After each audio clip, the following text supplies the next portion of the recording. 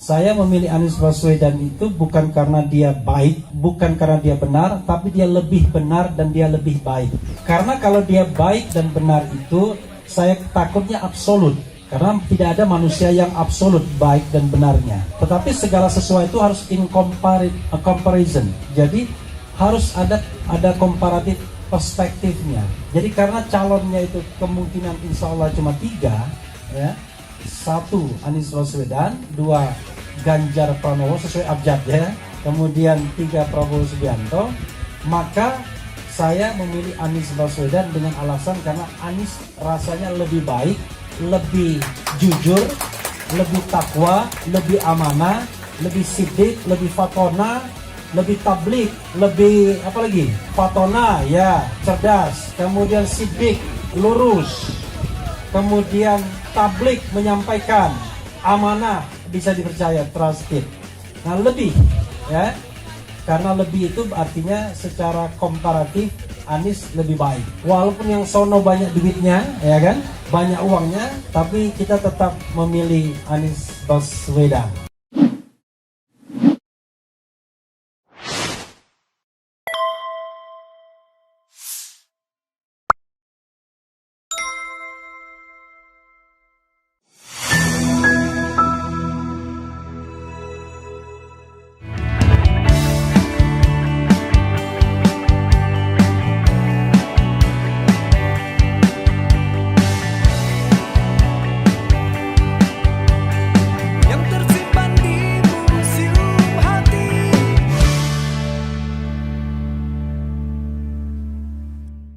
Jadi tadi lagu yang diadaptasi dari lagu Ganti Presiden.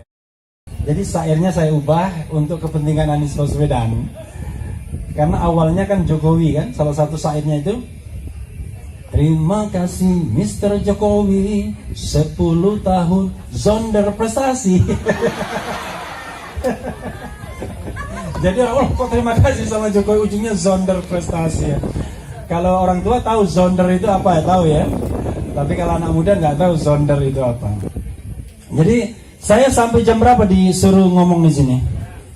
Sampai jam berapa pun saya bisa, asal kepala nggak keliengan. Berapa? 10.15 ya. Jadi ibu-ibu dan bapak sekalian, saya ingin memulai dengan konten saya kemarin, di mana ada seorang calon presiden yang diinterview, diwawancarai oleh Najwa Shihab.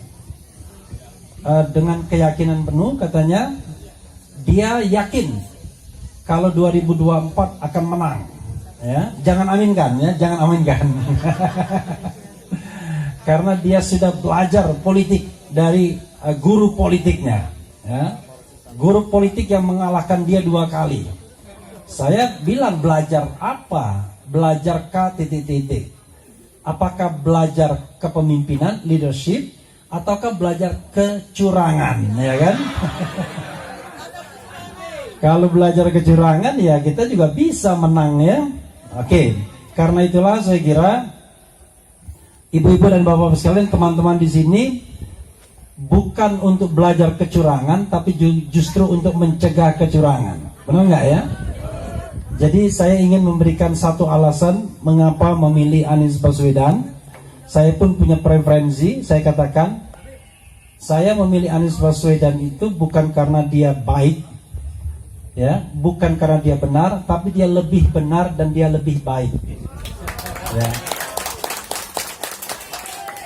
Karena kalau dia baik dan benar itu, saya takutnya absolut, takut absolut. Karena tidak ada manusia yang absolut baik dan benarnya. Tetapi segala sesuatu itu harus in comparison. Jadi harus ada komparatif perspektifnya. Jadi karena calonnya itu kemungkinan insya Allah cuma 3, ya. 1 Anies Baswedan, 2 Ganjar Pranowo sesuai abjad ya. Kemudian 3 Prabowo Subianto. Maka saya memilih Anies Baswedan dengan alasan karena Anies rasanya lebih baik, lebih jujur, lebih takwa, lebih amanah, lebih sidik, lebih fatona, lebih tablik, lebih apa lagi? Sidik, amanah, fatona, tablik dan Ya, jadi Fatona ya cerdas. Kemudian Sidik lurus. Kemudian Tablik menyampaikan, amanah, bisa dipercaya, trusted. Nah, lebih ya. Karena lebih itu artinya secara komparatif Anies lebih baik. Walaupun yang sono banyak duitnya, ya kan? Banyak uangnya, tapi kita tetap memilih Anies Baswedan. Karena itulah yang dikhawatirkan itu adalah dua hal, ya. Yang dibutuhkan, tidak hanya dikhawatirkan oleh Anies Baswedan adalah satu, menjaga suara, dua, menambah suara, ya kan? Jadi tidak ada gunanya kalau suaranya banyak, tapi kemudian yang menentukan kemenangan itu bukan rakyat atau voters atau pemilih, tetapi yang menentukan kemenangan itu adalah Komisi Pemilihan Umum pada pukul 2 dini hari. Itu yang bahaya. Jadi nggak ada gunanya kita memilih Anies Baswedan, tiba-tiba yang keluarnya G atau P, padahal kita pilih A. Nah, itulah makanya kita berada di sini untuk menjadi relawan yang mengawasi pemilihan umum, dan itu adalah tugas kewargaan, tugas konstitusional. Jadi warga negara memang diminta partisipasinya untuk mewujudkan pesan konstitusional, yaitu pemilu yang jurdil, yang luber dan jurdil, langsung, umum, bebas, rahasia, jujur dan adil. Kalau luber dan jurdil, insya Allah Anies Baswedan yang akan muncul sebagai pemenang. Karena kita menginginkan, mumpung ada Abuya di sini, kita menginginkan pemimpin yang tidak hanya membawa pesan bumi, tapi juga membawa pesan langit. Nah, kadang-kadang kita ngapain kita bawa-bawa agama di dalam pemilu? Kita ini hidup di dunia untuk mati, ya kan? Suatu saat kita harus menghadap Yang Maha Kuasa, dan karena itu kita harus mempertanggungjawabkan apa yang kita pilih, ya kan? Dan ternyata memilih pemimpin itu adalah bagian dari tanggung jawab kita sebagai makhluk Allah Subhanahu wa Ta'ala. Karena 2014 hanya 2 calon yang itu aja, ya kan? Kalaupun dibalik, kayaknya dibohongi juga kita, ya kan? 2019 itu lagi, karena sengaja didesain agar tidak ada calon yang baru, sudah measurable, tertakar siapa yang akan menang dan siapa yang akan kalah. Nah, kita tidak ingin pemimpin seperti itu yang muncul dari skenario kecurangan. Saya yakin Abuya ya, pemimpin yang mendapatkan mandat dengan kecurangan tidak akan diridhoi oleh Allah Subhanahu wa Ta'ala. Bagaimana dia memimpin untuk memakmurkan Indonesia kalau dia mendapatkan kepemimpinan dengan cara yang curang? Apakah kecurangan itu sudah terlihat? Sudah. Kita misalnya mendapatkan berapa kali bagi-bagi sembako dan amplop itu. Kata Bawaslu, nggak bisa kami menindak mereka karena kan mereka bukan peserta pemilu. Ini Bawaslunya pura-pura bodoh ini, atau bodoh betul saya nggak tahu, ya kan? Yang jelas kemarin pingsan dia. Di hari Bayangkara pingsan. Teman saya juga Rahmat Bagja ya. Jadi kenapa saya bilang gini, yang namanya hukum itu ya tidak bisa kita tegakkan hanya dengan sekedar standar yang biasa saja. Standarnya harus luar biasa. Apa standar luar biasa itu? Begini, saya ingin kasih jalan misalnya buat Bawaslu, dan saya ingin ngomong nanti di channel saya ya. Ketika calon atau bakal calon, atau katakanlah kandidat, karena bakal calon pun belum sesungguhnya, itu dalih Bawaslu untuk mengatakan mereka tidak bisa menindak, itu membagi-bagikan sembako atau amplop. Kira-kira ditanya motivasinya apa? Apakah motivasinya karena Allah Subhanahu wa Ta'ala? Ya kan? Ataukah apa? Karena kalau motivasinya karena Allah Subhanahu wa Ta'ala, pasti nggak dikasih logo, tidak dikasih warna. Logo nggak boleh katanya, karena logo akan menunjukkan bahwa partai X melakukan curi start kampanye dan melakukan pelanggaran pemilu, karena dia sudah bagi-bagikan angpau atau bagi-bagikan sembako, karena dia sudah menjadi peserta pemilu. Tapi warna itu kan juga identik. Masa Bawaslu tidak bisa menangkap kalau itu bagian dari kampanye? Paling tidak, setidak-tidaknya bagian dari kampanye partai politik yang sudah ditetapkan sebagai peserta pemilu, sehingga dia terikat pada aturan main kepemiluan. Ya kan? Kok mudah sekali sebenarnya kan? Kita tinggal konfrontir. Lalu dia bersidang, dia kasih sanksi. Yang kedua, selain soal warna dan lain sebagainya, yang kedua, kalaupun belum musim pemilu, tetapi dia sudah secara sengaja menggunakan instrumen kepemiluan. Apa instrumen kepemiluan yang dia pakai, yang dia gunakan? Membujuk pemilih untuk memilih walaupun silent. Ya kan? Kan nggak mungkin dia tidak punya motif.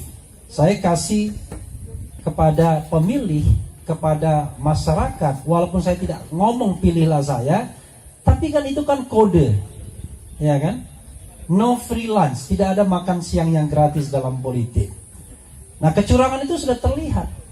Calon yang satu lagi mengumpulkan babinsa seluruh, nggak tahu seluruh apa, dikasih satu-satu amplop, isinya 1 juta rupiah per amplop. Ratusan orang yang datang, kira-kira berapa ratus juta atau berapa miliar dia keluarkan, entah dari kantong sendiri atau kantong temannya atau kantong negara, kita nggak tahu, ya kan? Coba bayangkan.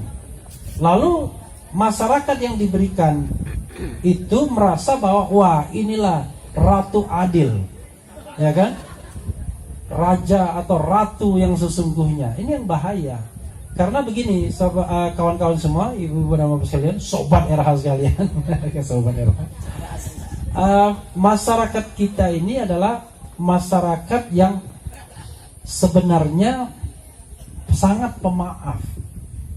Kalau misalnya masyarakat itu terbelakang, bodoh, tidak sejahtera, bahkan tidak punya pekerjaan dan tidak bisa makan, dia tidak pernah menyalahkan kekuasaan, tidak pernah menyalahkan pemerintah, tapi dia menyalahkan diri sendiri sebagai orang yang malas, yang tidak mau bekerja, yang tidak pandai, tidak mau sekolah dan lain sebagainya.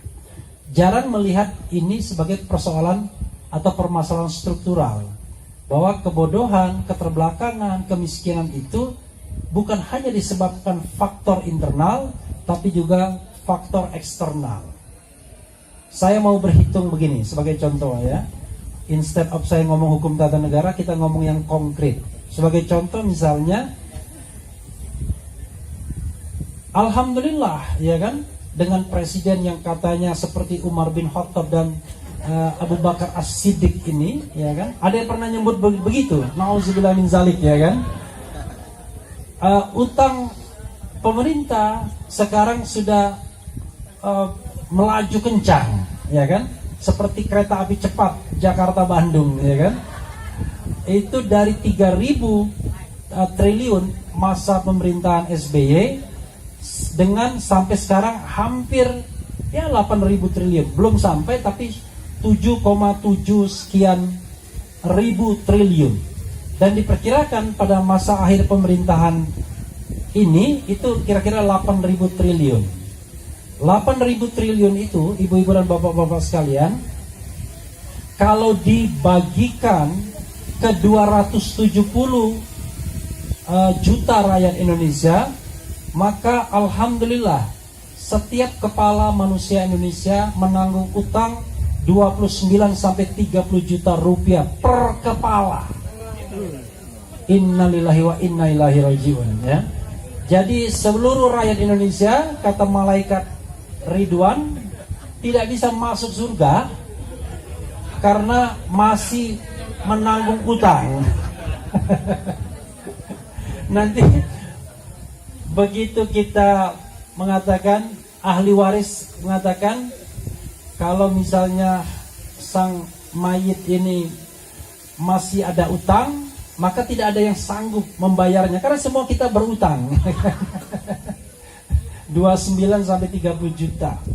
Padahal sobat semuanya, kawan-kawan semuanya, kemarin saya interview dengan seorang ekonom. Mudah-mudahan datanya tidak keliru karena saya orang hukum. Dia mengatakan APBN kita, anggaran pendapatan dan belanja negara kita itu jumlahnya sekarang kurang lebih 3.000 triliun. 3.000 triliun. Sementara pendapatan kita dari pajak dan bukan pajak itu sekitar 2.400 triliun. Jadi anggaran kita defisit. Defisit paling tidak 600 triliun minimal. Dan kita setidaknya untuk tahun anggaran yang sedang berjalan ini itu paling tidak harus utang 600 sampai 1.000 triliun. Memunculkan utang baru. Jadi gali lubang, tutup lubang. Dan begitulah seterusnya. Ibu-ibu dan bapak-bapak sekalian. Padahal saya tanya kepada seorang ekonom soal kekayaan tambang kita saja. Dia bilang, saya tanya berapa keuntungan batu bara tahun lalu. Mudah-mudahan insya Allah datanya tidak salah karena ini ekonom. Mas Aji juga tahu waktu saya interview. Dia mengatakan bahwa Mas Aji nggak ada ya waktu itu ya. Waktu nggak ada ya. Dia mengatakan bahwa pendapatan tambang batu bara saja tahun lalu keuntungannya itu 2.400 triliun. Bayangkan. Kemana itu? 2.400 triliun keuntungan dari batu bara saja. Sekarang saya tanya, yang kira-kira kembali kepada negara berapa? Ya katanya kira-kira 200 sampai 400 triliun saja. Coba bayangkan. Artinya 2.000 triliunnya lenyap, nggak jelas. Oke, pertanyaannya kemana yang lainnya itu? Begini. Kalau kita lihat pasal 33 Undang-Undang Dasar 1945 dikatakanlah bumi, air dan kekayaan alam yang terkandung di dalamnya dikuasai oleh negara dan digunakan sebesar-besarnya untuk kemakmuran rakyat. Tidak ada presiden hingga hari ini yang menerapkan pasal tersebut. Yang terjadi adalah bumi, air, dan kekayaan alam yang terkandung di dalamnya dikuasai negara dan diberikan konsesinya kepada orang kaya. Kan begitu? Serta orang asing. Maka yang terjadi adalah mereka lah yang menikmati menikmati kekayaan alam kita yang terbesar itu. Bayangkan. Seandainya pasal 33 itu betul-betul diterapkan, maka tidak ada orang Indonesia yang miskin. Kata Abraham Samad, mantan ketua KPK, seandainya dari tambang saja tidak dikorupsi dan dikelola secara benar sesuai dengan prinsip pasal 33, maka setiap kepala manusia Indonesia itu bisa diberikan tunjangan 20 juta katanya per bulan. Bayangkan betapa negeri ini mismanagement. Kembali lagi kepada penguasaan pihak-pihak swasta tersebut yang tidak lain adalah beberapa di antara mereka adalah penguasa yang sedang berkuasa hari ini. Coba bayangkan. Kita doakan penguasa seperti itu masuk neraka jahanam ya. Amin. Karena mereka menggunakan kekuasaannya tidak dengan amanah tapi untuk menciptakan, untuk mengeruk kekayaan negara. Nah, itu persoalan terbesar Republik Indonesia ini sehingga kita tidak kunjung menjadi negara yang sejahtera. Padahal Allah Subhanahu wa taala telah menganugerahkan begitu banyak kekayaan alam di Republik Indonesia ini yang tidak ada duanya dibandingkan negara lain. Tapi karena kita salah kelola, mismanagement, ada keserakahan, maka kemudian tambang-tambang itu justru tidak kita nikmati, dinikmati hanya oleh segelintir orang di Indonesia ini dan sekarang oleh negara lain. Kemarin ada ekspor ilegal nikel 5 juta kalau tidak salah, lupa saya angkanya, 5 juta ton. Kata pemerintah kami nggak tahu. Luar biasa. Bukannya dia fasilitatornya, jangan-jangan. Ngapain? Iya kan? Makanya Faisal Basri, seorang ekonom, dengan marah mengatakan 90% keuntungan nikel itu katanya tidak dinikmati kita, tapi dinikmati oleh negara lain, oleh China. Tapi saya bilang China di sini negara lain ya, bukan Tionghoa. Tionghoa saudara kita di sini, tapi China negara lain, biar kita tidak salah. Bayangkan. Dan Faisal Basri dengan geram mengatakan tidak ada negeri yang setolol Indonesia ini katanya. Bayangkan. Karena presidennya. Tapi saya mengatakan sebenarnya yang tolol itu kita. Lebih baik kita memaki diri kita sendiri. Kenapa kita memilih pemimpin seperti itu? Itu soalnya. Jadi yang tolol kita sesungguhnya. Karena bisa jadi mereka nggak rugi, ya kan? Mereka menggunakan politik Alibaba, bisnis kong kali kong dan lain sebagainya. Ada kickbacknya, buka perusahaan di luar negeri, menggunakan yang namanya vehicle. Kemudian ada juga di negara-negara yang bebas pajak dan lain sebagainya. Jadi yang bodoh kita. Yang bodoh adalah rakyat Indonesia yang 270 juta karena kurang pandai memilih pemimpin, tergiur hanya karena sembako, hanya karena uang.